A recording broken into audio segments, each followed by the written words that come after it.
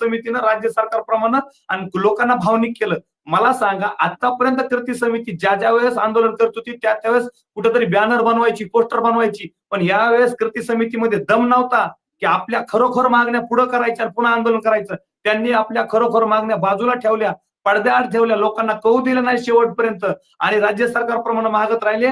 मी प्रत्येक वेळेस सांगत होतो की कृती समिती ही डोंगर पोखरून उंदीर काढणार आहे आणि आतर कृती समितीनं डोंगर पोखरून उंदीर काढलेला आहे. त्यामुळं मला पहिल्या कृती समितीचा अनुभव ह्याच्या आधी सुद्धा आलेला आहे किंवा कुठंतरी डीएवर कृती समितीने 17 संघटना होत्या, आता तरी 13 संघटना आहेत.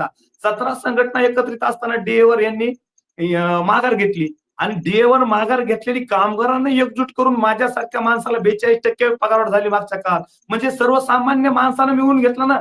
अहो, सर्वसामान्य माणूस 42% मिळवू शकतो आणि ताटे साहेबांसारखं 25 आणि 30 आणि 40 वर्षाचा अनुभव सांगणारे माणसं फक्त